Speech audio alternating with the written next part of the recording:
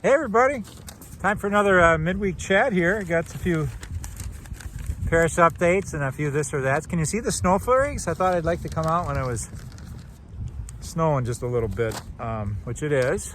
Not a lot of accumulation today, but kind of snowed throughout the day. Let's see, I gotta get my hands warm first, right? You know where I am? Can you tell which bridge that is? See what's behind me there? It's a little tricky getting down here because it's on these rocks going down to the Chippewa River and they're snow covered, you know. So you think maybe you're stepping on a rock, but you might not be. And then your leg goes down up to your knee, and well, you don't want to be, you know, twisting an ankle or anything. So anyway, I'm glad to get down here. I'll be careful going back up. So that's the Madison Street Bridge. Okay, so right across from me is, you know, like what is that? Used to be Family Video. Is it something else now? Quick Trip, Lazy Monk across the street there. So anyway, hope everyone's doing okay. I got a bunch of Parish news, a bunch of other stuff, kind of a newsy day. Yeah. Okay, so I'm a little bit precarious here. I got my knee on a box so it doesn't get all full of mud. I got a friend coming to visit tonight from the UP. Got a Uper coming. He's Father Larry Van Dam. He's coming to visit. He's a good guy, priest up there. He travels around when he has a few days off and visits old friends, and I'm glad to say I'm one of them. He gives me some updates on people that we went to school with back in the day. So anyway, got to get the house a little picked up for him when he comes. And before that, I talked to the second grade parents about Eucharist. We'll talk about the models of Eucharist, different ways of conceiving of the Eucharist, and some of the core teachings of the Church about the Eucharist. And got a little test that helps people to identify how they typically view the Eucharist and how there are also other ways to view the Eucharist. I might have mentioned this in previous chats, but it's like, the Eucharist is the healing touch of God, the Eucharist as a sacrifice, remembering the death of Christ, the Eucharist as fuel for us to serve others, the Eucharist as a community meal, the Eucharist as a celebration of our mystical communion with those who've died and the saints and God and beyond what we can see. Eucharist as 5, I got 8 of them. Adoration, you know, sense the real presence of the Eucharist there. Eucharist as divinization. We become what we eat. We grow in the life of God by celebrating the Eucharist. And there's one more. I'll let you know next week, maybe. Okay, it's hard to remember everything, isn't it? Hey, let's go to some Parish news. I just talked to my friend Pam Cernick. She is going to be our Parish mission giver. We'll hopefully get a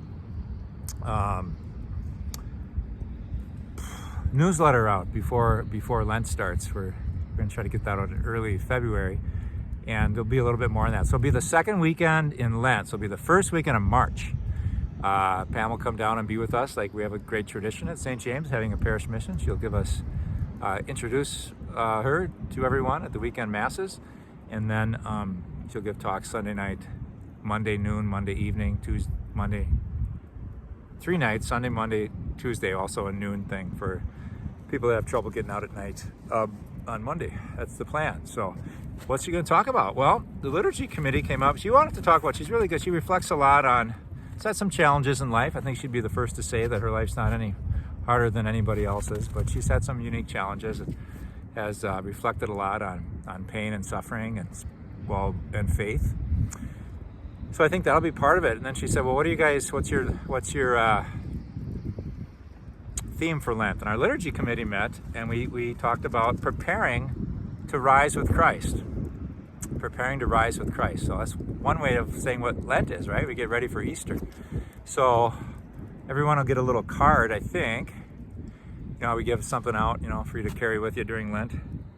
And on one side, it'll be 2 sentences.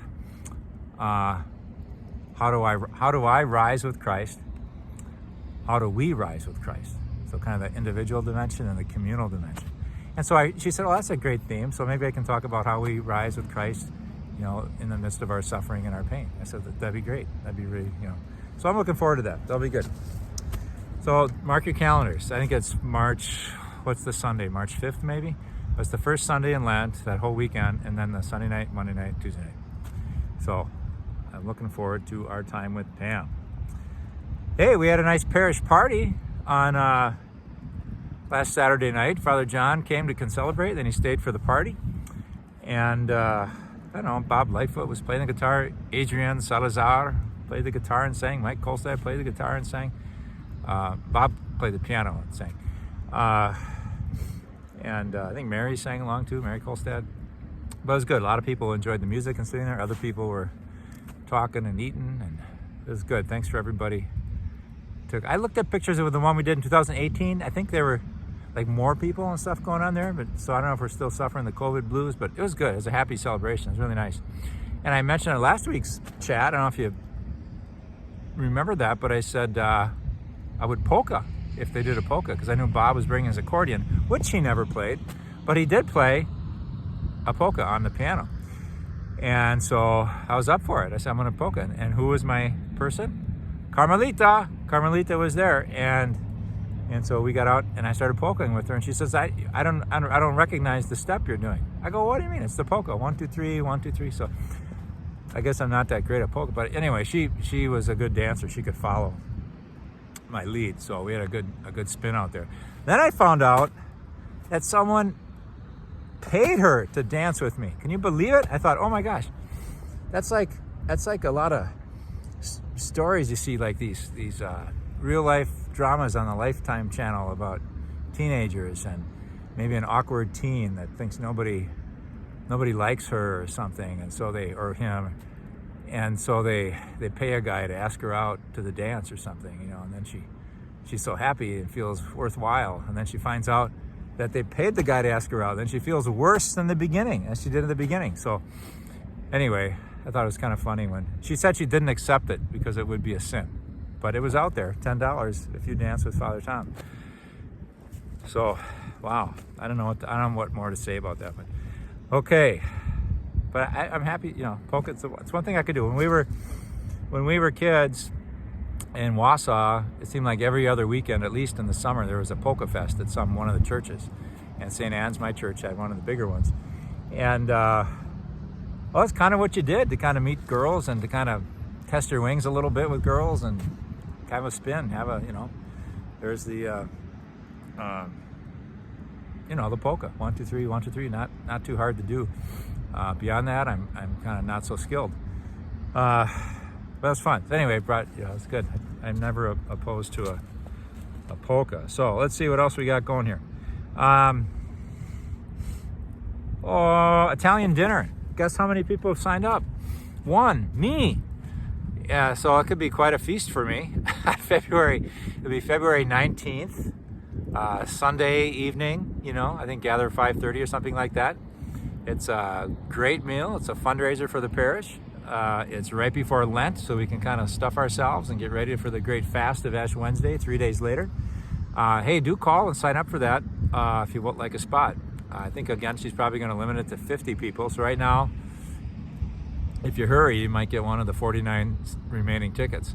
They're $30 each, and as I said last week, it's all homemade pasta, sausage. It's a lot of great stuff. So, and it's pretty darn close to Valentine's Day. So, take a friend, take a spouse. Why not? I think you can sign up on the website or you can call the office. All right. I mentioned the parish mission. Hey, we got a 75th. You know what? The parish was founded in 1948, St. James. So guess what? This is our 75th anniversary this year. So I think they're just started talking about it on staff and parish. I think we're going to form a committee to start planning how we're going to celebrate this 75 years as a people of God. We still have a few charter members floating around. They'll probably have a role in our celebration. I was thinking maybe have them talk, just real brief, like a memory, a weekend in the summer from people who've been in the parish for a long time. But anyway, we'll see. Anyway, so this little teaser. Another summer teaser, Vacation Bible School, also known as Sunshine Days. The dates are set July 10th to the 13th. And the theme will be food truck. food truck. So maybe we can get me and Dan to bring their banh mi food truck down as a real live prop. They're in Vietnam right now, so they sell these banh mi sandwiches. They're just, you get hooked on them in summer, and then they leave, and you're kind of like addicted. It's like, what do you do? So we wait for them to come back in April and May, and then we eat more of them. So photo directory, we added 2 more days. They're the next 2 shoots. We had a nice week of shooting this week. The next 2 shoots are Friday, Saturday, February 17th and 18th. So sign up. They're not very full, I guess. We added 2 days because we kind of filled up what we had. If we fill up 17th and 18th, then we'll have a couple more days. But if we don't fill up 17th and 18th, then we'll call it a day. Remember, Christine wants 70% of the parish to show up. I think we're at like 30 now. So we I don't know. If anybody bet with Christine on that, you're probably easy money. But it's good. I think we've had a kind of a nice turnout. You never get 70% for that. Gift bearers, I mentioned last week, if you want to bring the bread and wine up for Mass with your family or by yourself as a single person,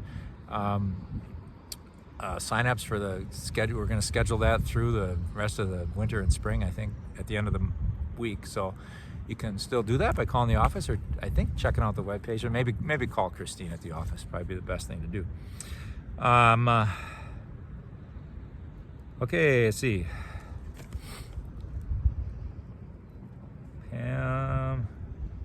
We're getting fiber optics. You hear about that higher speed thing? I think, or maybe it's just through the high school, but the offices and the school is going to be hooked up this weekend with more of a high speed, hopefully more dependable internet. So that'd be nice.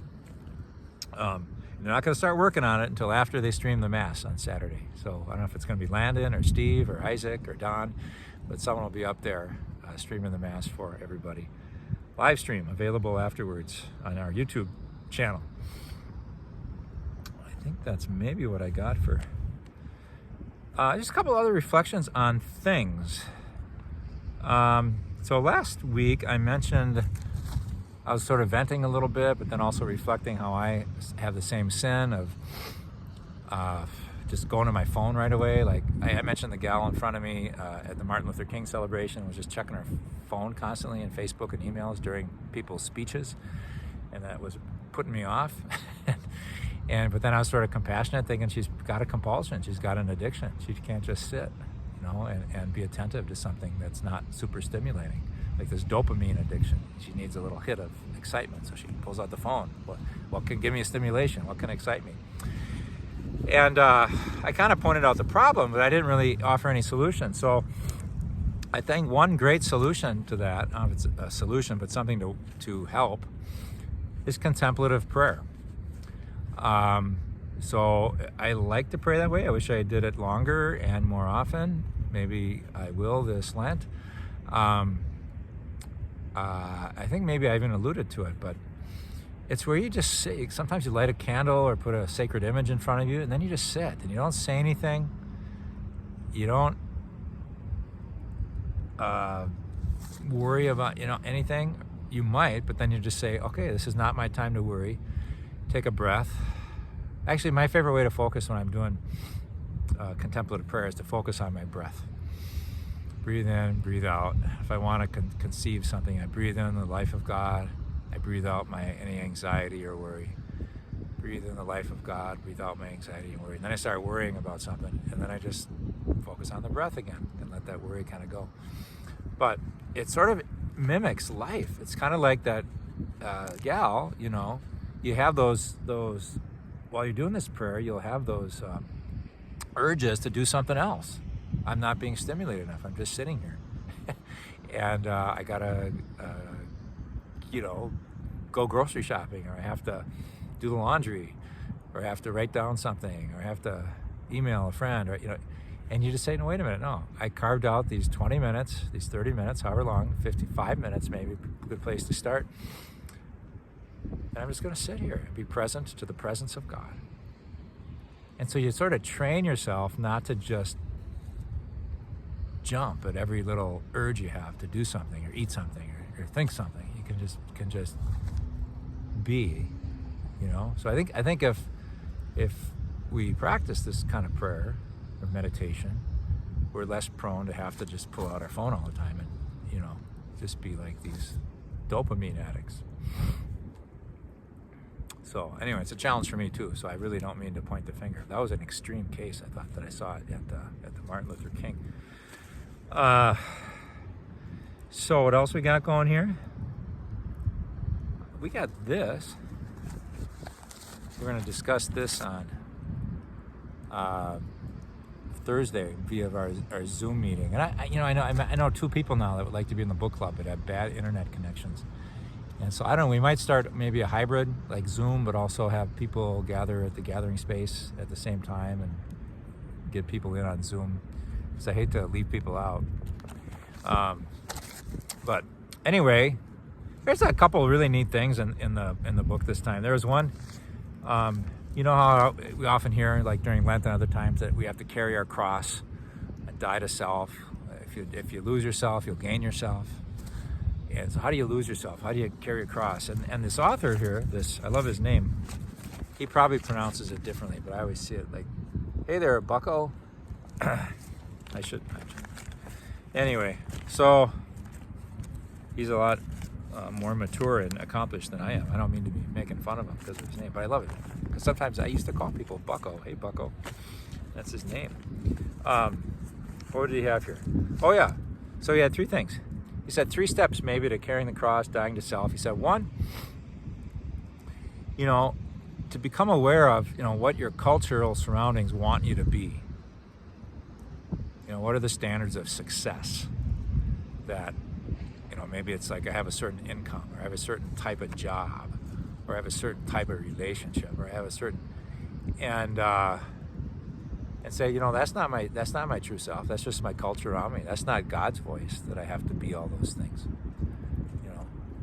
And so to challenge that and to kind of root yourself, the most important thing that I really have to be in God's eyes, which is all that ultimately matters for a person of faith, is that I am a person of faith, and that I try to love one another, other people, and I try to take care of myself and recognize the love of God and not hurt others, And so that's one step, to kind of challenge the cultural assumptions of who I have to be. Maybe die to that. I don't have to be that.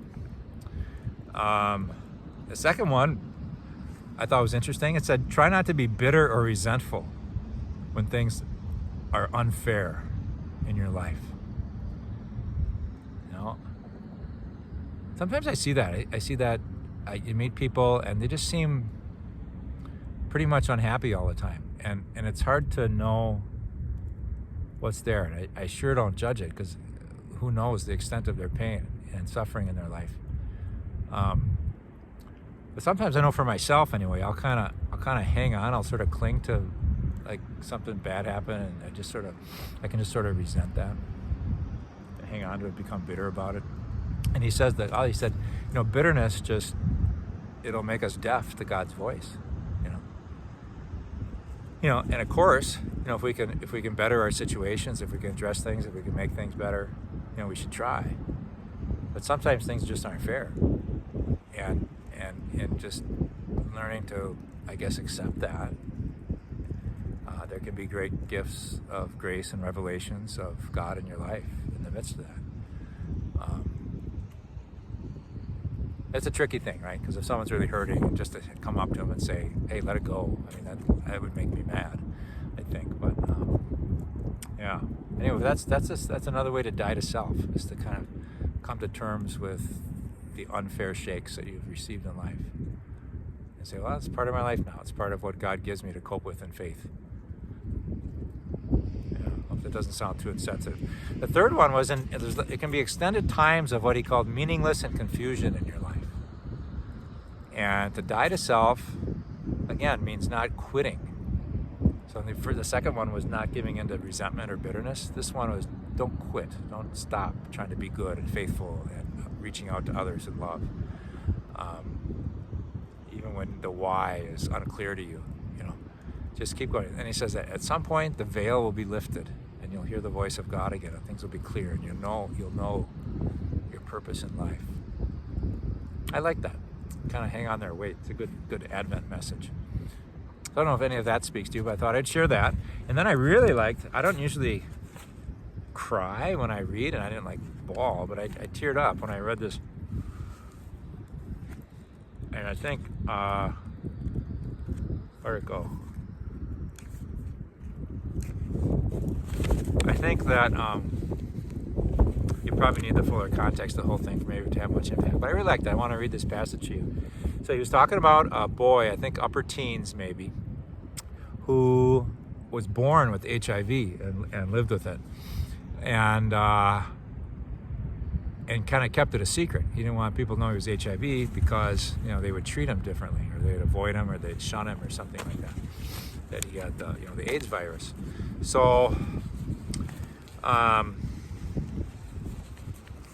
he came to this priest, Adam Bucko, and he said, "What should I do? Should I?" And Adam was like, "No, pray about it. I don't want to tell you what to do. It's your life." But Adam was thinking, you know, he didn't want to see him experience all this pain in his life by being rejected by people and people avoiding him and shunning him and stuff. And so maybe this was more in the 80s, I think, when this happened. Or not, anyway, so, but he prayed about it and he came back and said, "You know what, I'm going to do it. I'm going to let everyone know that I'm HIV positive so I can help and mentor other youth who are HIV positive, and I can help them. I can accompany them and be with them." And this is what he wrote. He said, "I want to do this because every time I speak to young people with HIV, every time I share the pain and the hope that I have for myself and for them, every time I mentor someone newly diagnosed, I feel as if there is an angel sitting on my shoulder. And it is in those moments that I know that is why I was born. I was born to do this very thing, to be the presence of support for those who are frightened, for those who have no hope. And now I want to be that and embody that more fully and be a sign of life for those who feel that their lives are being taken away from them. This is why I want to do this. And the fact that my friends may start treating me differently once they know that I have HIV is a risk I'm willing to take. I have a purpose, and it's bigger than what the world tells me my life can be." When he said that about, I feel like an angel sitting on my shoulder, that's when I kind of teared up a little bit. Good for you, courage, you know, courage to do the right thing God wants you to do, and just deal with the consequences as they come, you know. It's nice, it is snowing a little bit, right? You can see my hat's getting full of snow on that side. Snow is blowing from the north-northwest wind today. I want to mention a couple things. 22 minutes, might be able to get all this in. A little more complicated stuff, a little more touchy subjects, but I watched some speeches from the March for Life to defend the dignity of unborn life. Every year around the anniversary of Roe versus Wade, there's a march. People go to Washington, D.C. And I heard Tony Dungy's talk. I went to YouTube, had a bunch of people's talks. And he's a former football coach. He's on the, I don't know if it's CBS or Fox Sports, the halftime show panel, you know. But I have to say, I was real impressed. He kind of talked about how a few weeks ago everyone was, I forgot his name, Hamlin. Is it let's see, you know, the Buffalo Bill player. What was his name? Damar Hamlin, where his heart stopped on the field and everybody resuscitated him. He talked about how in the 90s, a lot of NFL players wanted to pray after games on the field. And the NFL said, "No way, if you do that, you'll be fined." And then he said, contrast that with a couple of weeks ago when he lay dead on the field there for a moment. The camera was there and the announcer said, "I guess all we can do now is pray." And the players were all praying and the camera didn't leave. The camera watched them pray. And, you know, and then, you know, he mentioned that Damar Hamlin is out of the hospital now at home, you know. I think he went to the game, which they lost against the Bengals. But, you know, he just pointed out, and he said, you know, and then he compared the life, said because they knew the importance of that life and how it was. And he said, unborn babies are not visible and not well known as famous athletes. They're not on TV. And he said, but those lives are still important to God in God's eyes. And we need to pray for them. praying for them will help them, as it helped Damar. There's something, he just had kind of a nice kind of demeanor about him as he was talking, very respectful. He wasn't like putting anybody down. It's just like, these lives are important to God. And just, what I liked about it, I think, is to connect. What's so important to me is the dignity of life, which we proclaim for life in the womb, doesn't change after birth. And so everybody has that dignity, right? Not just the successful and the handsome and beautiful, but the homeless and the mentally ill. And everybody's got this dignity of life that we have to protect and encourage. So I liked how we connected those two things. And then he said, and my wife Lauren is going to talk about how we can support that life after birth. And I was like, well, that's what I written. And then it stopped, and the video stopped. I really wanted to hear that.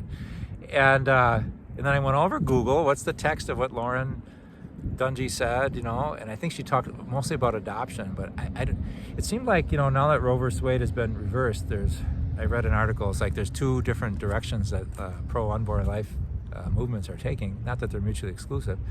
And one is just kind of more, let's just fight more legislatively to restrict abortion as much. And so the other one was, okay, now that it's been reversed and abortion is not happening as much legally, let's do everything we can to support them by other means, pregnant women, so that they're able to have the child, and which means a wider social safety net and money for daycare if they're college students, or more infant nutrition funds, and it's interesting because politically those don't necessarily go hand in hand historically. People that were more pro-unborn life were necessarily for the social safety net afterwards, and maybe that's the call. And so to hear that might be a shift in a direction of the pro-life movement, to me was very kind of exciting. I thought, well, that'll be interesting. That'll be a test maybe for some people, but it makes sense, and because the more that safety net is there, the less panicked people will be about the situation of pregnancy. But anyway, there's that. I did hear that Tony Dungy maybe has said some things that are more discriminatory toward gay people. So then I thought, well, but I liked what he said at the March for Life. Speaking of gay people, so Pope Francis today, I woke up to my news alert, and it said something like, Pope Francis, homosexuality is not a crime. And it's like, well, why should it be a crime? Well, it is a crime in a lot of places. And he's going to Africa next month or soon. And so in anticipation of that, he's calling, there's a lot of bishops in Africa that have these countries where being gay is illegal, it's a crime. And he's saying that that's just so wrong. And he called on bishops to have a conversion of heart. Because apparently some of them say it's consistent with Catholic teaching that being gay is a crime, punishable by the law. And he said that's just so wrong, And see a few quotes that he might have here. I wanted to say something about Tony Dungy too. Darn it. Okay, a little teaser. I'll go back and forth. So after this Tony Dungy thing, I Googled it, and there was all this stuff critical of him. It's just like he should be fired from NBC Sports for invading the privacy of women, or he should be. It's just really insulting things against him. I thought he's just speaking his views with love and gentleness, and people just jumped on it. And I thought, boy, there's some darkness there. There's some dark. It made me feel a lot more confident about pro-lifedness. So anyway, back to the Pope. It's just like let's see where he got some quotes here. God saw. This was in a homily the same day. He goes, God suffers and grieves when those who profess to believe in him do not love the people he loves and do not work for the justice he desires. What a challenge that is. It makes sense on one level, but it's like, basically he's saying, just sitting around in church, I went to church, I did my duty. That's not necessarily all we have to do to bring joy to God's heart. We have to love people that he loves and not get in their way, and to work where there's problems, to work to make people's lives better. That's why he's so concerned about refugees, immigrants, all that stuff. But I thought I had some better quotes here, but Yeah. Anyway, it's kind of a milestone because I think they've called on the Vatican before in this situation in the United Nations, said, come on, it's a crime. People are getting thrown in jail and stuff for being gay. That's not right. And some of your bishops are supporting that. And so he's just making it real clear, these are God's children. These are God's children who are made by God, and people are gay, and it's not illegal to be who you are. And let's kind of get over that. And hopefully that kind of seems like common sense, but not for everybody. So anyway, I thought that was kind of a nice little piece of news to wake up to. Let me just give you a little look at this boy. My knee's gonna be sore. Okay. Wow. Okay.